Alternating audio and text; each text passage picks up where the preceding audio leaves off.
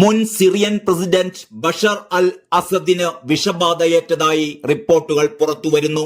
മുൻ റഷ്യൻ ചാരൻ കൈകാര്യം ചെയ്യുന്ന ജനറൽ SVR എന്ന ഓൺലൈൻ സൈറ്റിലാണ് ഇത് സംബന്ധിച്ച റിപ്പോർട്ടുകൾ പുറത്തുവന്നത്.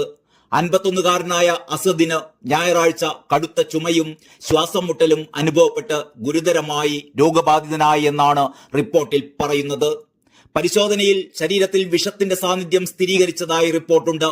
അദ്ദേഹത്തിന്റെ അപ്പാർട്ട്മെന്റിൽ വെച്ച് തന്നെ വൈദ്യസഹായം ലഭിച്ചെന്നും തിങ്കളാഴ്ചയോടെ അദ്ദേഹത്തിന്റെ ആരോഗ്യനില സ്ഥിരമായി എന്നുമാണ് പറയപ്പെടുന്നത്.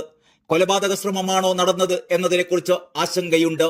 സിറിയയിൽ വിമതർ അധികാരം പിടിച്ചതോടെ ഡിസംബർ 8 മുതൽ റഷ്യൻ പ്രസിഡന്റ് വ്ളാഡിമിർ പുടിന്റെ സംരക്ഷണയിലാണ് അസദ്. സംഭവത്തിൽ റഷ്യൻ അധികൃതരിൽ നിന്ന് ഔദ്യോഗിക സ്ഥിരീകരണമൊന്നും ഇതുവരെ ഉണ്ടായിട്ടില്ല. അതേസമയം അസദിന് വിഷബാധയേറ്റത് എങ്ങനെ എന്നറിയാൻ അന്വേഷണം നടക്കുകയാണ് എന്നാണ് സൂചന. അസദും ഭാര്യ അസ്മ ഉൾപ്പെടെയുള്ള കുടുംബവും മോസ്കോയിൽ പ്രവാസ ജീവിതം നയിക്കുകയാണ്. ലണ്ടനിൽ ജനിച്ച അസ്മയ്ക്ക് പാസ്പോർട്ടിന്റെ കാലാവധി കഴിഞ്ഞതിനാൽ ബ്രിട്ടനിലേക്ക് മടങ്ങുന്നതിന് വിലക്കുണ്ട്.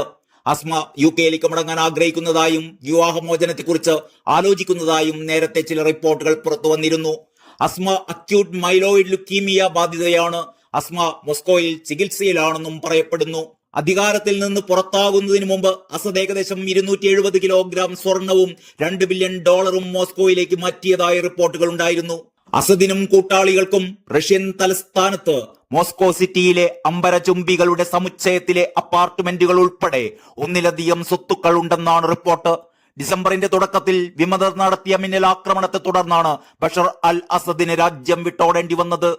11 ദിവസത്തെ ആക്രമണത്തിന് ശേഷം അസദിനെ അട്ടിമറിച്ചതായി പ്രഖ്യാപിച്ച് ഇസ്ലാമിസ്റ്റ് ഗ്രൂപ്പായ ഹയാത്ത് തഹ്രീർ അൽ ഷാമിന്റെ അതായത് HTSന്റെ നേതൃത്വത്തിലുള്ള വിമത സഖ്യം ഡമാസ്കസ് പിടിച്ചടക്കുകയായിരുന്നു. ഇതിനു തൊട്ടു മുമ്പാണ് ബഷർ അൽ അസദ് റഷ്യയിലേക്ക് പലായനം ചെയ്തത്.